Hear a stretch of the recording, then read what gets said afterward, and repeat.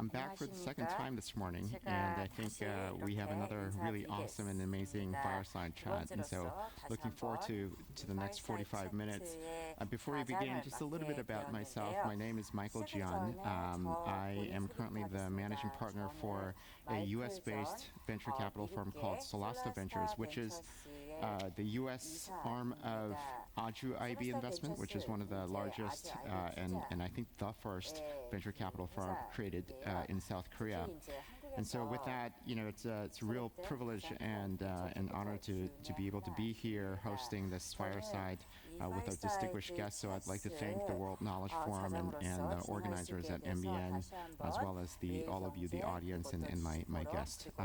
The title today is called Conversation with a Global Top VC, Responsible Innovation. And I think it's a really great topic to talk about, especially after following the last session where we talked about the future of technologies with Peter Diamandis. And I think we're really in for a treat for this because our guest, Heyman Taneja, is one of the original thought leaders on this topic, and so I'm really excited about this. Just a few words on Heyman. So Heyman is managing partner at General Catalyst, the top global venture capital firm, and if you're really in Silicon Valley or the Boston region, you would actually feel it in your skin. So it's a great firm, and he's the founder of the Silicon Valley investment operations. Heyman's investments include some of the most successful and most valuable companies today, including Snap, Stripe, Samsara, Livongo, and the list goes on. Heyman is also very well known for his unique investment thesis called the economies of unscale, which we'll hopefully get to talk about a little bit today, and wrote a book called Unscaled to expand on that thesis and to begin to delve into responsible innovation, which of course is today's topic, around areas like AI. Heyman, outside of his day-to-day investment activities, he's also on the board of Stanford School of Medicine's Board of Fellows, and is the co-founder and chairman of Advanced Energy Economy. And most interesting of all, at least to me, is that Heyman has an amazing pedigree. He earned 5 degrees from MIT, although when I checked this morning, none of those was a PhD, so that's a little bit disappointing, Heyman.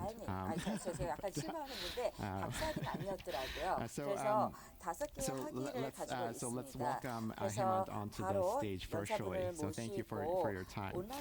Before going into responsible innovation, I'd like to talk a little bit about you because venture capital still remains a little bit esoteric and it's not so well known to the outside public. And I think the way that I met you, even though it's anecdotal, I think it says a lot about who you are as a person. So, I met you for the first time many years ago when I was just a couple of years out of MIT myself, and I was just a junior venture capital investor. And I reached out, I sent you a cold email, and you generously said, yes, let's come in and have coffee. And I think that speaks a lot about your generosity to all the people that are, inspired to develop their careers. And it's all the more telling because venture capitalists are generally not that accessible. And so sort of building on that, how did such a scholarly person at MIT become a venture capitalist out in Silicon Valley? What went wrong? That's exactly the question my mother ponders too. Can you hear me okay, by the way? Yes. Okay, great. So I would say, I was very much academia bound when I was at MIT, and then late 90s, around 1999, there was this euphoria where everybody on campus was building interesting technology companies, and I, with a few of my graduate school friends, said, well, this is a moment in time. And there was inklings that mobile was going to start to take off, we said, why don't we go take a sabbatical and we'll go build an interesting company and we'll come back. And that was sort of the way I went down this path of entrepreneurship and innovation. And when we started the company, then I actually learned about venture capital. I said, well, how do we really fund this? This is an academic trying to do business. And that's how I got introduced to VCs. We built this company for about 3.5 years. We sold it. And at that time, General Catalyst was one of the firms that was kind enough to offer for me to come and be an entrepreneur in residence at the firm and think about my next business. So I actually got into the venture capital business purely by serendipity. The interest was very much to continue to be a builder. Luckily, this firm was a place where you could invest and build, and 20 years later, I'm still here. It's an amazing journey because I wish that everybody in the audience has been able to sort of follow him on, but I've seen this over the years, so it's really impressive.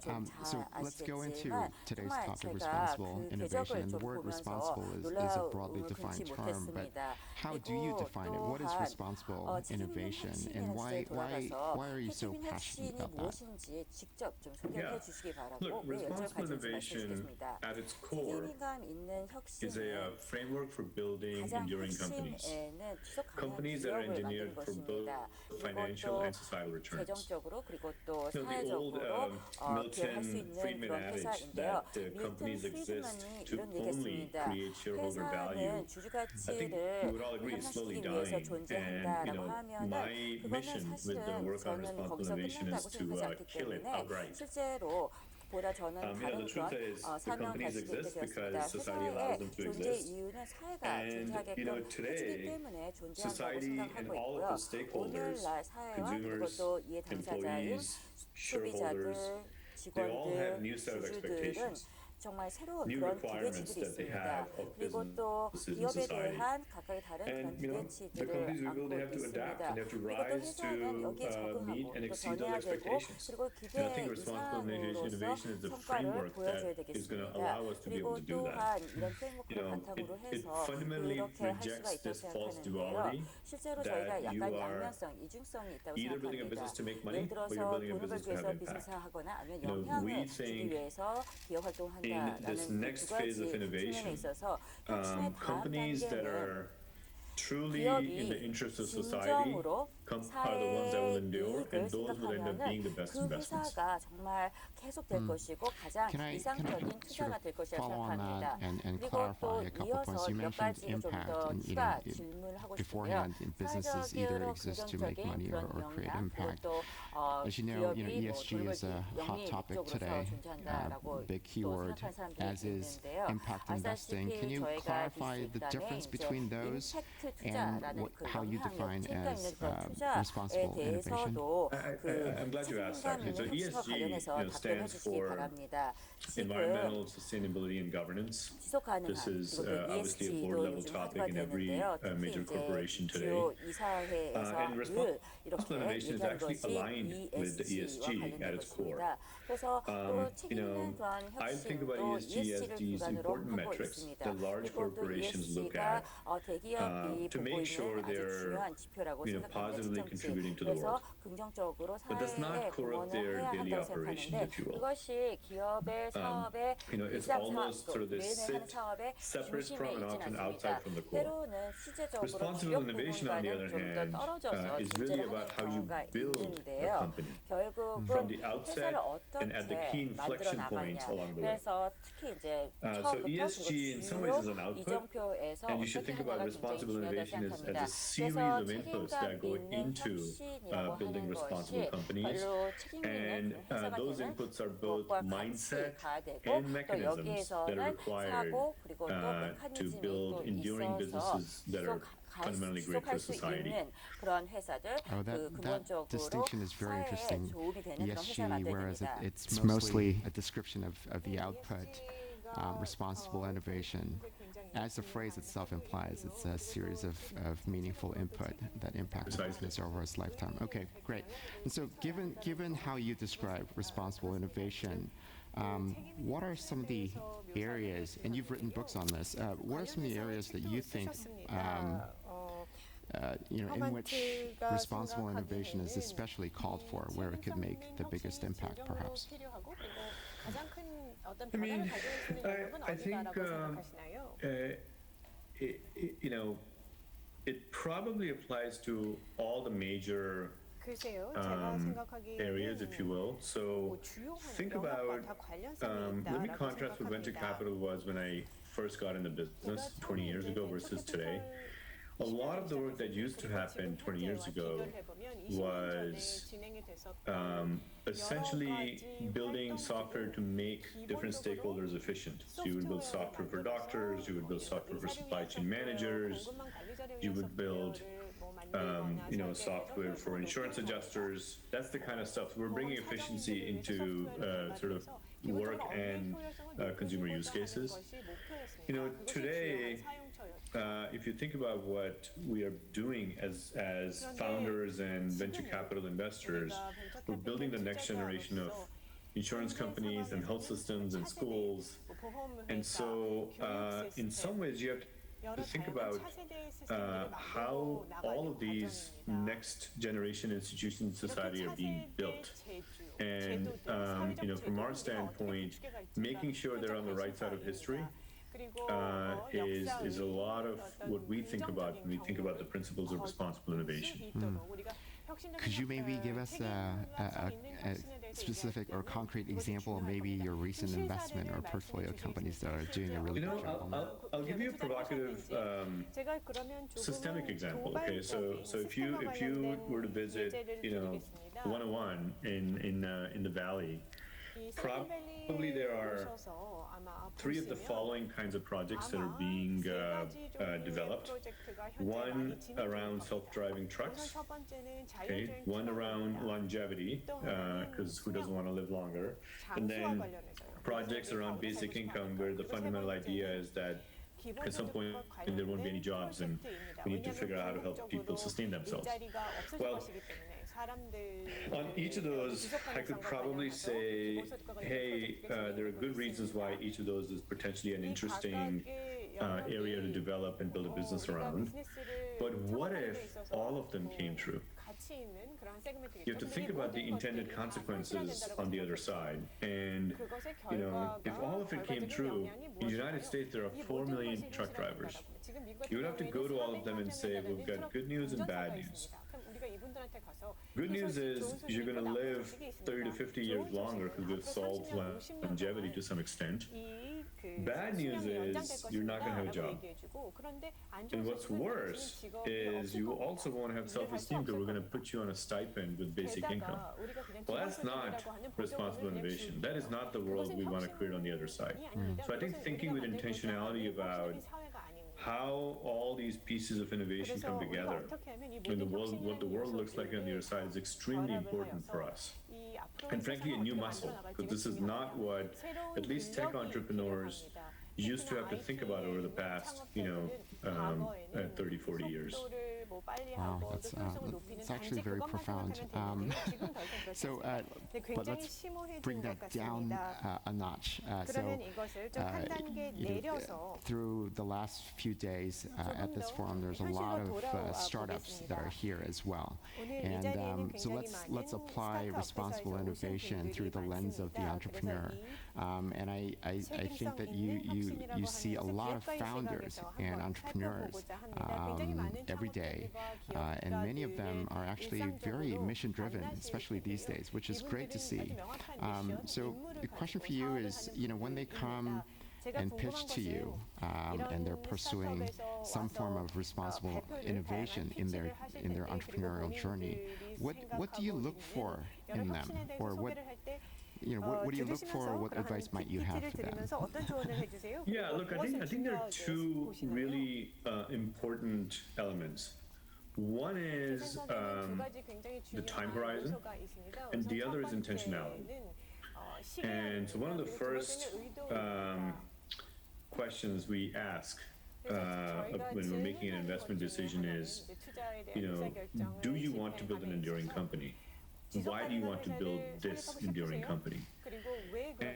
And if your goal is to build an enduring company, you have to think about the long-term impacts of your business on all of your stakeholders and society at large.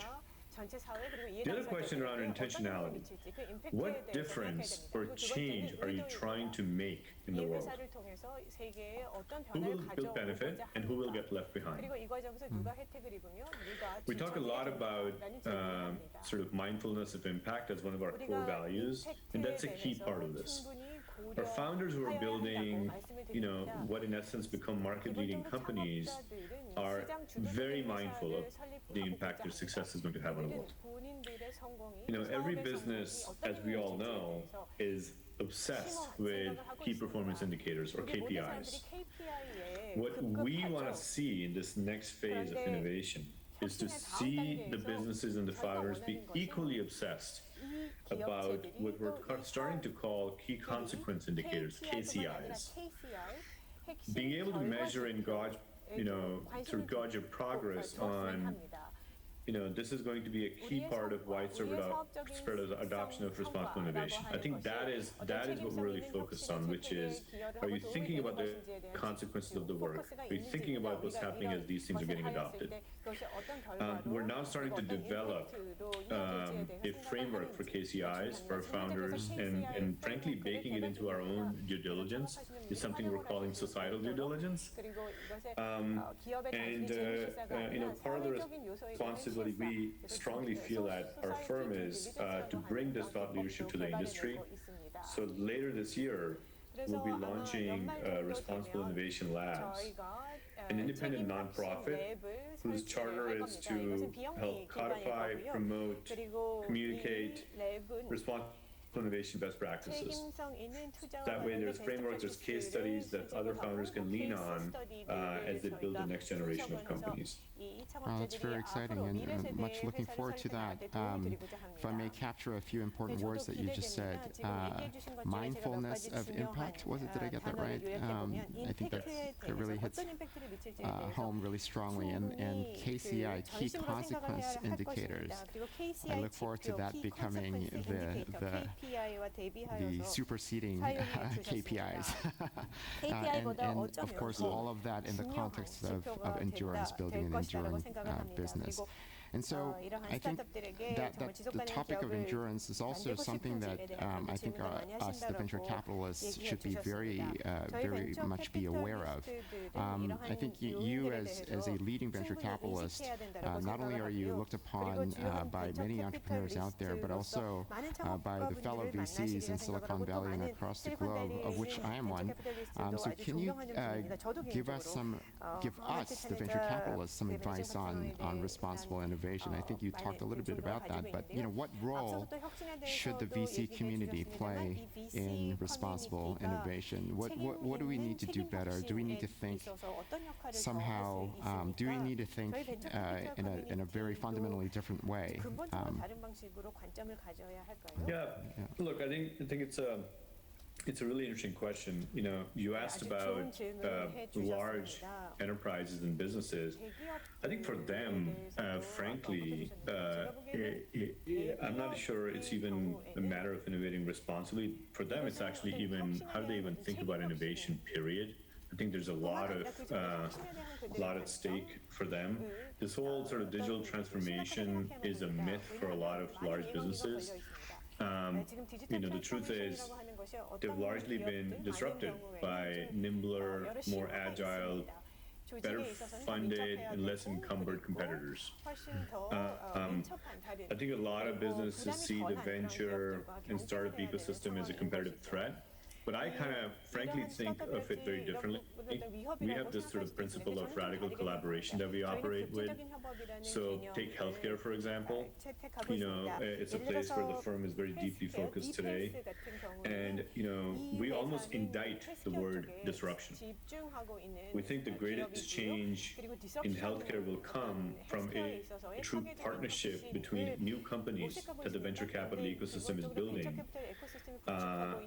and the existing sort of visionary health system leaders and institutions that have the experience and empathy to complement the soft software-driven, change the world, makers mentality of new innovators.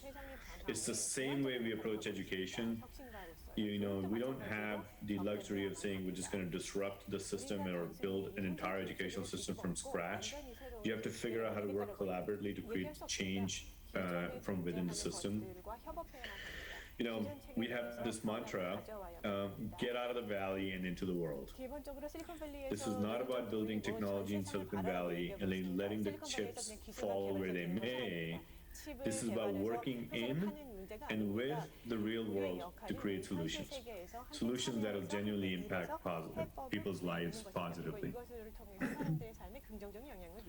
Get out of the valley and get into the world. Okay, I should move.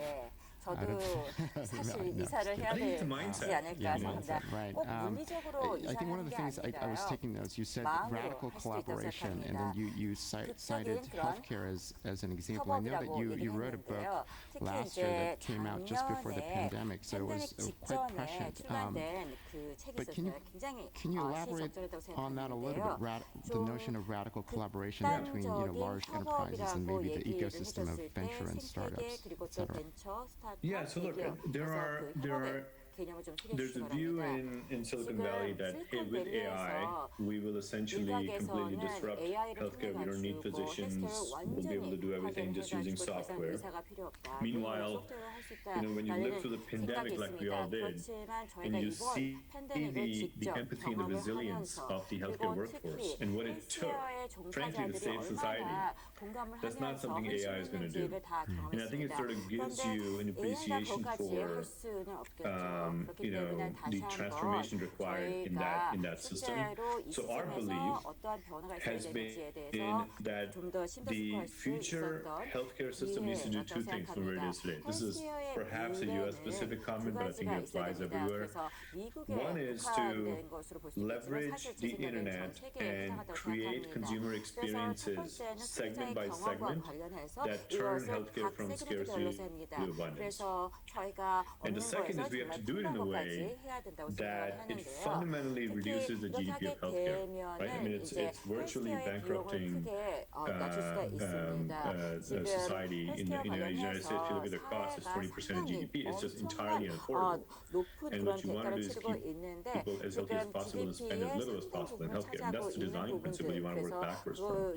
So in order to do that, you know, the most effective way to do that is to build these virtual experiences and help our existing health systems that are all practically on the verge of bankruptcy because the economics of this industry just aren't sustainable. Use technology to make them thrive in a way that they can provide care for all and not leave anybody behind, and kind of marry those two worlds, tech and healthcare, for the future system. And so all of our thinking and investment theses are entirely based on how do we enable all of these stakeholders to survive and thrive in a way that's affordable for society and transformative for consumers, segment by segment. In that context, I know you were an investor in Livongo, which is a great company in healthcare that created a lot of innovation. Can I get you to talk about maybe one or two examples, your portfolio companies or recent investments? I can talk about Livongo. So Livongo actually, we started in my office, and it was 2012, and we were drawing up what we can do around keeping consumers with chronic conditions healthy. And in the world of in the principles of responsible innovation, one of the very first things that became core to the design principles of the company was this principle of disengagement. At the time we started the company, there were 40 different applications in the App Store that were all trying to get consumers to come in the app, enter data in order to change their behavior so they can manage their disease. And our philosophy was no human being wants to think about their disease more than they have to. So we came up with this principle of disengagement, where everything we did in that company was to create an experience that allowed consumers to live their day-to-day lives without having to think about their disease. 정말 We built 새로운 a solution 질병에 that 대해서 would 걱정하지 capture their blood 않으면서 glucose 살 수 readings, 있게끔 하는 monitor them in the 것이었습니다. cloud, 그래서 apply 저희가 machine learning. 현장에서 And if something 저희가 was starting to go 모니터링하고 wrong with 그리고 your 또 body, we will 실제적으로 call you. 신체에 Or 뭔가 we will 이상이 message 있으면은 you, 저희가 or there'll be 메시지나 a machine learning 전화를 generated 합니다. message that 그래서 might guide 특히 you, take a 이제 couple 저희 of 시스템에서 actions to 메시지를 보내게 get 될 your body 것입니다. back on track 그래서 so it 다시 doesn't 이제 get 건강 상태를 progressively 정상 worse and 상태로 lead to an 갈 수 episode that 있게끔 you 하는 have to go to the 것입니다. ER for, 그래서 which 뭐 often happens to 예를 들어서 diabetics. 그 시기를 So 놓쳐가지고 that to 응급실에 us was 가는 것까지 the 저희가 winning experience from a 예방을 하는 consumer 것이 standpoint. 되는데요. 저희가 소비자 We 관점에서 ended up 접근하고 building 있고 그래서 결국은 a healthcare 만든 service that 것이 had an NPS 헬스케어 greater than Apple. 서비스입니다. Just think about that for a second. 그래서 이 You know, 부분에 building a 대해서 좀 company in healthcare 생각합니다. where most 그런데 companies 저희가 are very disliked, we 헬스케어에서 built something that was as good 뭔가를 as what tech 만드는데 companies adore. 실제로 You know, 이 technology IT companies that are adored as 회사들처럼 brands. 굉장히 사랑받는 And 그런 in 기업을 doing 만들 수 so, we 있게 also, 되는 every 것인데 time we 이 onboarded a new person 과정에서 onto the 저희가 Livongo service, we 리본고 were able to 서비스에 reduce the 새로운 cost of healthcare because we were saving the overall 계속해서 system a lot of money. 들어오게 So, in 되면 fact, a lot of our health 전체적으로 assurance 비용 thinking 절감 that 효과도 is laid out in the 있었습니다. book on healthcare 그래서 저희가 was driven 헬스케어 by 관련된 our 그 empirical 저서에서 experience, 얘기했듯이 저희가 in building 직접 Livongo, because 경험을 한 것을 we did a bunch 바탕으로서 of things that ended up 내용이 leading to a 들어간 successful 것입니다. outcome, both for 그래서 consumers and 리본고는 for other stakeholders and our 결국은 다른 investors. 이해 And 당사자들, we 투자자들 decided 그리고 we 또 will kind of 실제로 replicate that playbook 이용자들에게 모두에게 다 in the 윈윈이 industry more 되었던 broadly. 상황이었던 Wow, it's, 것입니다. I think it's amazing that all of that came from many 네, years 정말 ago 몇 in 년 your 전에 office, 본인 just a few people. 사무실에서 몇 명이 So 모여서 you were 이렇게 just talking 훌륭한 about the big 사업체를 trend and then 구성했다는 your 것이 portfolio company. 놀랍습니다. 지금 투자하고 And then 있는 so let's sort of 포트폴리오 expand that a little bit to 회사들에 today. 대해서 얘기를 And so I'm 했는데 very curious to know 오늘날 about 현재 the areas that you're 궁금한 very excited 것은 about 지금 굉장히 관심을 가지고 looking 있는 at. 분야가 What 무엇인지 알고 싶습니다. which areas do you look at and 어느 think that 분야를 oh this 지금 might 현재 보고 produce 있고 the next generation of 이것이 paradigm 다음 shifting 세대의 companies 패러다임의 hopefully through 이동을 가져올 responsible 것이냐. innovation? 그래서 책임감 있는 혁신과 관련해서 좀 Well, 설명 부탁드리겠습니다. You know, one thing I said, so we've been in this enormously successful technology cycle since 2007. 2007년부터 And since 2015, everybody said, when's the bubble going to burst? Right? And it actually keeps getting progressively more exciting in terms of the amount of innovation that's happening. And even through the pandemic, things actually got accelerated into the future. You know, something I said sort of a few years ago was that we're actually in a 30-year cycle. This is not something that's going to end anytime soon. And the reason is because we're reorganizing society online. You know, content, community, commerce. We did a lot of that in the first 15 years. We started doing care, all the healthcare stuff that we just talked about. We're doing capital, right? All the fintech stuff that's getting done. And the impact is essentially starting to redefine all the core services. I think transformation of healthcare, transformation of education, transformation of finance, and then transformation of our civic infrastructure, which is one of the core areas we also focus on, which includes, you know, defense and sort of, you know, cities and all the major institutions that traditionally have been under government control. All that's changing. So I actually think many areas are evolving from a transformation of these sort of core services perspective. And then if you superimpose that with a lot of modern technologies that are being developed, the crypto blockchain rails for decentralization, or all the biological tools that are being developed, space, robotics. I actually think everybody in that room is going to look back and say we work in the most fertile time around technological innovation. I mean, this 30-year period is just amazing. I feel very lucky that, you know, my career personally has coincided with the cycle and get to just be part of this and hopefully help you know, organize society with these new tools in a responsible way. Indeed, and I feel the same way. I mean, it's amazing to be in venture capital today. There's just so many different areas that are being disrupted with state-of-the-art technologies. It's just dizzying, just trying to keep up with all of that. So maybe a related question, as I mentioned at this forum, throughout the different programs, there have been a lot of startup companies out here, both unicorns, as well as aspiring startups that have been participating in various pitch events as well. What if somebody that had a terrific idea, that was passionate about their idea, really smart entrepreneur that's engaged in responsible innovation as well, and there's quite a few here at the World Knowledge Forum, how, this is a practical question for them, how could they make themselves known to you? How do they approach a top global venture capitalist such as you guys? Look, we're pretty accessible. You can always message me on LinkedIn, which is Asian Asia. 그래서 저희가 지금 or email me. It's just Asian Asia General Catalyst. We go through every 이메일도 email, 합니다. and 그래서 저희 쪽에 이메일 보내시면요, 아니 저한테 이메일 보내주시면 저희 if it's an 이메일가 area of mutual 있습니다. interest, we'll 그것도 definitely 관심사가 engage 있는 in. 그런 분야라고 하면은 저희 I would 쪽에서 encourage you to 분명히 put 회신을 할 것이다. again the 그런데 answer to the question 제가 why you 좀 started the 조언을 company and 드리고 what's the impact you're trying to 하면은 have, because I think that 이 gives us a lot of 회사가 insight. 좋은지 To see if 무엇을 that's an 하고자 area we are also focused, 하는지를 and therefore 잘 it might be 설명을 worth spending 해주시기 time together. 바랍니다. 그래서 I 저희가 만나서 이야기를 나눌 수 있을 So, 것입니다. I think that once again resonates with the anecdotal story that I gave in the beginning. You were one of the more accessible sort of top-tier venture capitalists, for which I was very grateful and impressed, and so that's really great. And sort of speaking about sort of going back to endurance, that I think you just mentioned that again. What thinking about responsible innovation, it's not something that's taken lightly or that is necessarily easy to implement, especially as a founder or an entrepreneur at a startup. And so what advice might you have for a founder or entrepreneur that's engaged in responsible innovation to build their companies and their enterprises, to be able to sustain themselves over the long run, to be on that path towards responsible innovation? How can they make sure that responsible innovation can endure?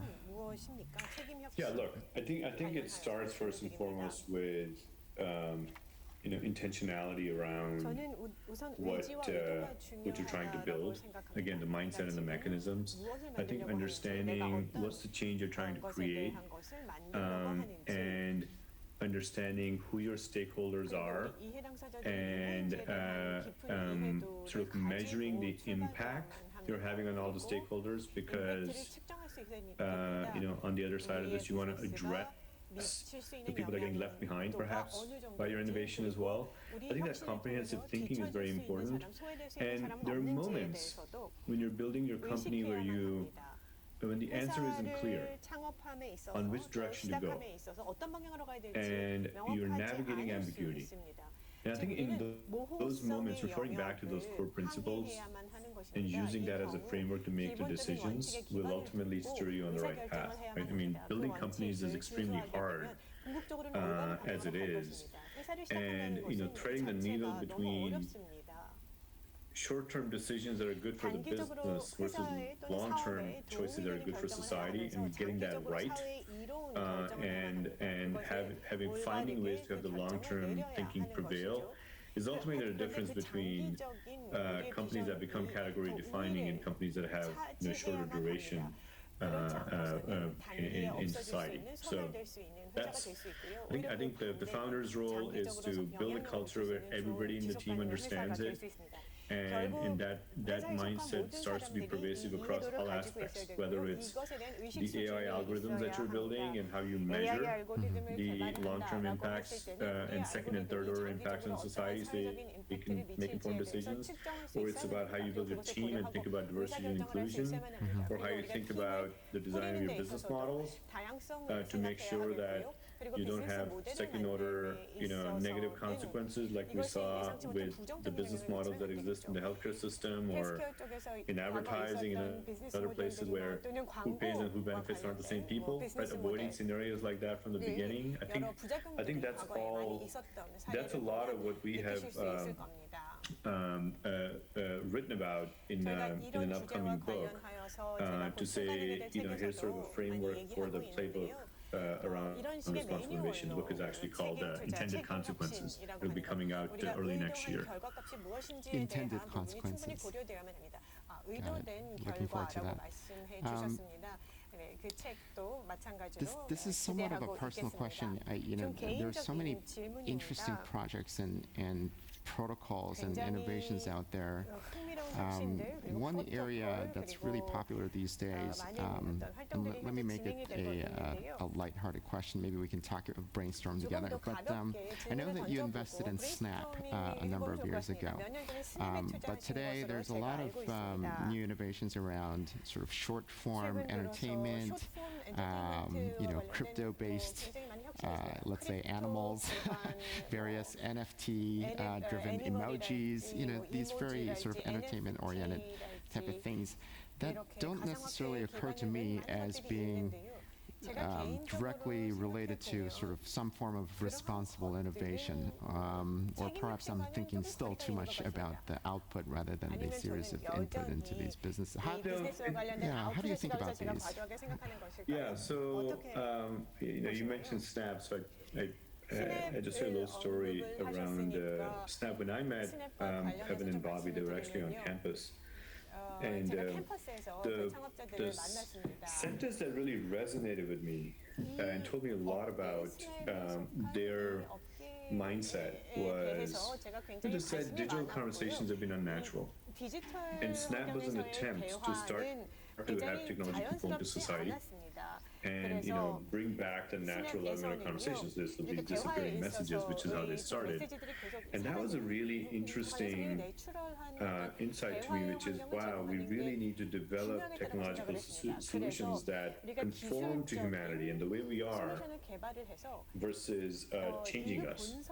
Like the word friend just means something different online today than what friendships don't supposed to mean something deep to us, and it lost that meaning, and that's not a great thing in terms of perhaps the design principles some of the companies adopted. So I think I say that to say that was a really interesting way to think about the long term.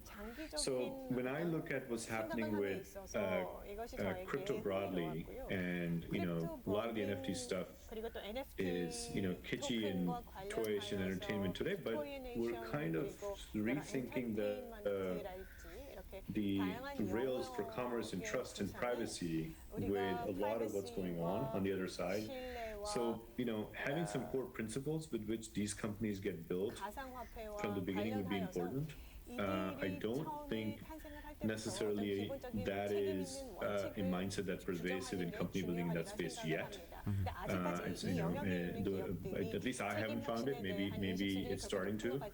And I would say when I look at what's happening with the crypto world today, it's already leaving large parts of society behind. So folks that are on the treadmill, sort of values accruing to a few people that are in that place.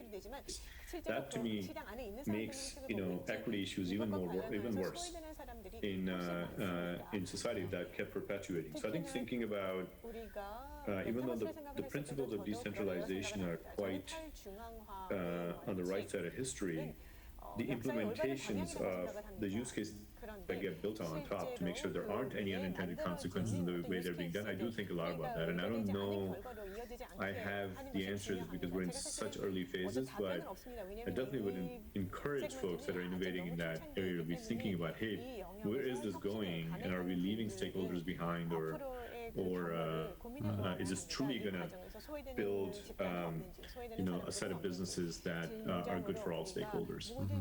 Certainly the world is changing so fast that this is an ongoing debate and food for thought. Thanks for that. I think we just have a few minutes left for the session. If there's interest in the audience, I would love to take a couple of questions if you're open to answering, Hemant. Yeah. Okay, great. Is there any questions? Yes, please. Can we get a mic over here? 마이크 부탁드리겠습니다. Hi. Hello, I'm Eric Yu, and I really loved your presentation. Thank you so much. I knew I would fall in love with this speech at the moment you talked about demolishing the vestiges of Milton Friedman, and it was really interesting for me. My question is regarding the kind of ideological disruption you're trying to bring up to the startup scene as a venture capitalist. So what I've learned so far in the startup scene is that their mottos are mostly grow fast, fix problems instantly at each stage, don't worry too much about the future, just first act out, test it out, and if the results come out differently as you imagine, change your strategy and so on. Those are some kind of a Bible strategies of the startup scene, in my opinion. And by introducing KCI, key consequence indicators and such on, and the new novel concepts, are you trying to harmonize or trying to fix those kind of minor negative implications the traditional startup scene had, or are you radically trying to more like replace those kind of strategies and introduce a whole new stage and bring a new phase into this industry? So my question was, to be short, it was about the kind of concept you're having towards it. Are you trying to harmonize it, or are you trying to radically replace it? Thank you so much for the presentation. Yeah, look, it's a great question. And look, I have written a lot about indicting this mantra of moving fast and breaking things. And I think it's a problem. And my goal is to ensure success 그런데 저희가 in the 성공을 way 하기 with 위해서는요. principles of responsible 그리고 innovation 특히 우리가 so that 이제 founders are 책에 있는 inspired to not run on 그 that path. 혁신과 The 관련해서 analogy I'll give is 이야기를 like, 하자면은요. pretend 지금 I was there with you all, and we were in the middle of the 당시에 room with the very 저희가 first 같이 internal 있었고 combustion 그리고 engine. 또 내연 And, 엔진으로부터 시작을 somebody told us 해가지고 this is going to do 누군가 이런 in 얘기를 society. 했었습니다. 그래서 It's going to 사회에서 affect the world. It's 이게 going to change, but it's also 정말 going to 좋은 cause 혜택이 climate 있을 change. 것이고 How would we 근데 have been 누구도 different 그 in 당시에 adopting that 이제 technology? Just think 그 about those set 당시에는 of 이제 decisions 누가 that got made. 기변화가 있을 것이다라고 했을 Until 때 1970s, we didn't know. 그러면은 We had 사실 망설일 started to 것입니다. cause 그런데 climate change, and now we're in a 1970년대에 bind 가서야 because 기후 businesses 변화에 get set in certain ways, 심각한 and it's inertia, 문제점들이 and 알려졌습니다. 50 years of debate, is there even climate change? And now we feel like maybe it's too late, and we got to figure out how to adapt to it, 그래서 right? 우리가 That's 행동하지 what 않았고 happened. 지금은 굉장히 In tech, 이제 저희가 with 해결을 Moore's law and 하려고 Metcalfe's 하고 law, 있는데요. all 지금 of 많은 those kinds of 기술, 그런 consequences 혁신 manifest 이런 themselves a lot 것들이 faster. 나오고 있고 right? 또 Facebook 굉장히 started 빠르게 in, 나오고 있습니다. 그래서 페이스북 2005, 2006, and within a decade, 15 years, we're looking at something that almost brought democracy to its knees.